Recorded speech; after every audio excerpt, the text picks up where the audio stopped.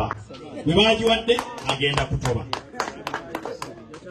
kakati negasse ku tiimu eri ku ground esangiddwa ku ground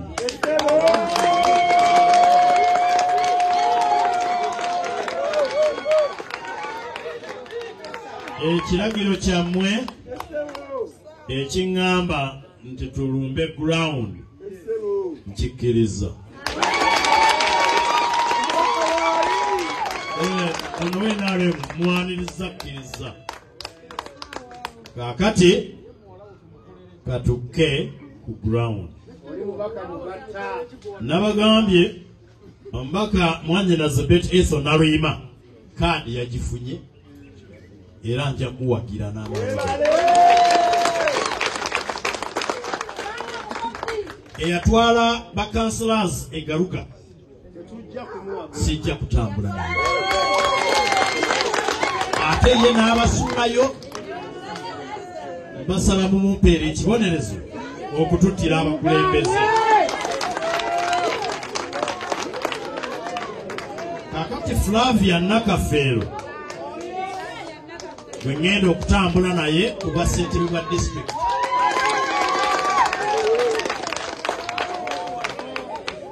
nali neewaze okutambula ne bakanselors naddala ba independent naye munnange anajja ne umbrella ng'akutte ekiso okunfumita nja mukuba akalipo anajja ne umbrella ng'ali ku mulamwa gwe tukkiririzaamu nga bano abali wano sirina nsonga kutuga media sirina nsonga kutuga jjajjange Kabogoza sirina nsonga abaaye tewali mutawaana abaaye bawagira mu lwatu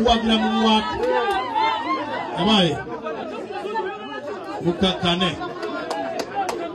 yes kakati abaaye tuddiŋŋane tumusange tukyamuka kakati nabagambye dda senamuloono tetulonda bakulu ba bika oba bamasaza otandika otubuulira ab'ebitiibwa babeera eri ku bitebe by'ennono olidde ssebo ab'ebitiibwa babeera eri ku bitebe by'ennono wano twagala buyinza si bitiibwa bw'obaayo nga wakemettereddwa emmeeme nga waliwo ow'ekitiibwa kyo gwe bataawadde kaadi nkwegayiridde erinda mu lukiiko lw'ekika oba mu nkiiko z'ennono naye wano tuli mu byabufuzi era ensonga lwaki olaba osanga fuutu soja nga wa mugaso nnyo n'okusinga gwe gw'olowooza nti nno wa kitalo kubanga ffe wano tutunuulira bikolwa byo ne tutunuulira ne impact kiki kyotugattako. Bannaffe abamu tebabawadde kaadi wabaddewo ababadde batagaataga ng'era naawe bw'oli bw'omuwa kaadi atagaataga omanya ayinza okuteguka omulundi gumu n'agwa ne kaadi yo. Wabaddewo abalya mu lulime ne mu luzise abo nabo gye bali kuba ekibiina kirina intelligence esobola okukola risaaki emala n'ebabuulira guno musota guno si musota ono baddembe okunoonya ewali ebitebe gye basobola okubawa kaadi ebirala naye ekitebe kya National Platform bwe kiba nga kikoze okusunsula kwakyo nga kiraba nti bano be basaanidde ate mwe bemusuubira nti tebasaanidde abasinga ku bo basoma amateeka basobola okukola apiiru ne basobola okuba nti osanga wabeerawo judgment endala ewedde naye ngeno eyakozeddwa teyabadde tebeesinga nti oba oli wakitiibwa oba oli waki bakoze ku busobozi bwo ku gurawundi nakiki kyosobola okutwaza mu maaso eggwanga lyaffe.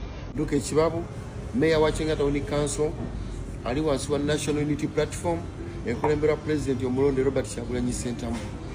Nambudde buno neebaza Katonda okubeera nga yansobozesezza okubeera nga mpangula kaadi. Neebaza Katonda nnyo n'obulamu bwange bwonna. Mukama weebale nnyo kukinkolera. Nze naweereddwa kaadi oba flag ya National Unity Platform okukiikirira abantu ba Busiro East mu lukiiko olukulu ssetteeserezo olw'eggwanga Parliament ya Uganda. Neebaza akakiiko k'okulonda olw'omulimu gwe kakoze n'amaanyi n'amagezi ate era neebaza abalonzi ku ground era nabo basobodde okuteekamu obwesige ne bagamba nti gwosaanidde gwolina otutwala mu Busiro empya. Ate era neebaza abantu mwenna abazze bansabira, neebaza bembadde nvuganya nabo mwenna sinze mbadde mbasinga amagezi oba ebitabo b'okutegeera, naye waliwo Katonda kyaleeta omuntu n'amuleetera ebiro bye. Nange nzikiriza nti bino bye biro byange, wabula mbasaba ekintu kimu nga bwe nzize nkyogera bulunye nti bwe sifuna kaadi yakubeera emabega w'oyo anaaba agifunye. Nammwe baganda bange abatagifunye nkakasa nti mbadde mulina ebirowoozo ebirungi ebitwala Busiro East mu maaso, wabula nabasinza omukisa oba oli awo n'obuwagizi. Era nsaba nammwe mujje munneeyungeko ebirowoozo ebyo bisobole okubigatta ku byange for the betterment of Busiro East constituency, tusobole okugitwala mu maaso. Njabba noonyaako tukyali eno mu campaign ejjinja ne president, yabba noonyaako kinoomu twogeremu tulabe bwe tutwala ekitundu kyaffe mu maaso ate tuleme kutematema mu bululu. Nkakasa nti nno ffenna ababadde mu vetting process tuli basajja bakulu ababadde basaanira okuweebwa kaadi, naye mba nagifunye omu ate ngeri erina kufunibwa muntu omu, nja kubasaba tukwatagane tutambulire wamu. Ekyo Mukama nsaba buli omu amuwo okwefumiitiriza okungi ennyo n'amagezi ag'ekika ekyawaggulu nga tutwala pulezidenti waffe mu ntebe nga bwe yagambye nti ng'atwala Uganda empya, a new Uganda now, as the president is taking Uganda in a new Uganda now. I'm also going to be taking the voters of Busiro East constituency in a new Busiro East now.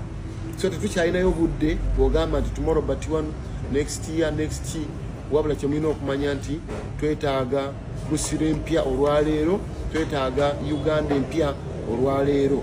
So mbaagala nnyo mwebale nnyo, mwebalire ddala. Katonda abankuumire. Ssaabasajja Kabaka wa Buganda awangaale.